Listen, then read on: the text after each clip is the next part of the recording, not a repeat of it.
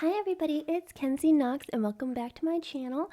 Today we'll be painting this lovely fantasy slash floating islands painting that I thought you might enjoy.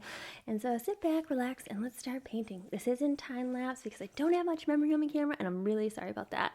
But I started off with a solid phthalo blue in the background with some titanium white. Filled that in, went over some other areas with some more phthalo blue, darker phthalo blue, threw in some aqua in some areas, and then went around with some white and created some puffy clouds just using a nice little fluffy mop brush. Then I took just a little flat brush, created some little islands there. You can see 3 main islands with some black and raw umber. And then I created 3 distinct areas. So one is going to be a misty forest, which I use gold and titanium white to create that misty background.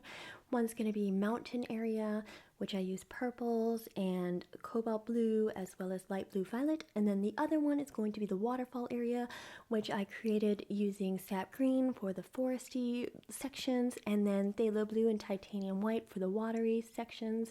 And then eventually there'll be another 4th little island, which is like a tropical island with some palm trees and some tropical colored waters using aqua. So that'll be coming up. But here you can see I just painted in some trees for my section that was going to be the misty forest.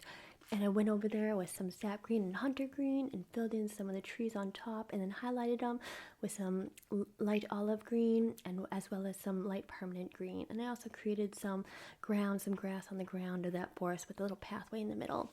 I then went over the little black areas at the bottom of the floating islands with some orange just to give it some highlights and some like depth, I guess you could say.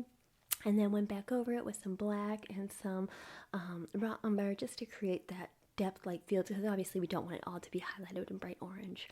I then went back in the foresty area with some raw umber, created some trees, lots and lots of skinny little trees in the background. Oh, and here I'm creating my little fantasy island, like my little tropical area with like 2 little palm trees, like in a little island area in the center with some tropical waters going over it. I also connected each of my little islands with some raw umber. So I took that raw umber, created little pathways, skinny in the back, getting thicker as it comes towards us, so that each of the islands were connected to each other. I went over these areas with some gold and white. So if you have gold, you can use that. If you don't, raw umber is fine, I'm sure. And then I went under them to create some moss / some roots or whatnot with some raw umber and some black. And then I went over them with some green, so some sap green or hunter green is perfectly fine. Kept the background, I wanted bright like sun streaks in the background, so I kept the highlights towards the center area of the sky. As you can see now, I'm adding in some pink areas to the clouds just to give it some variety.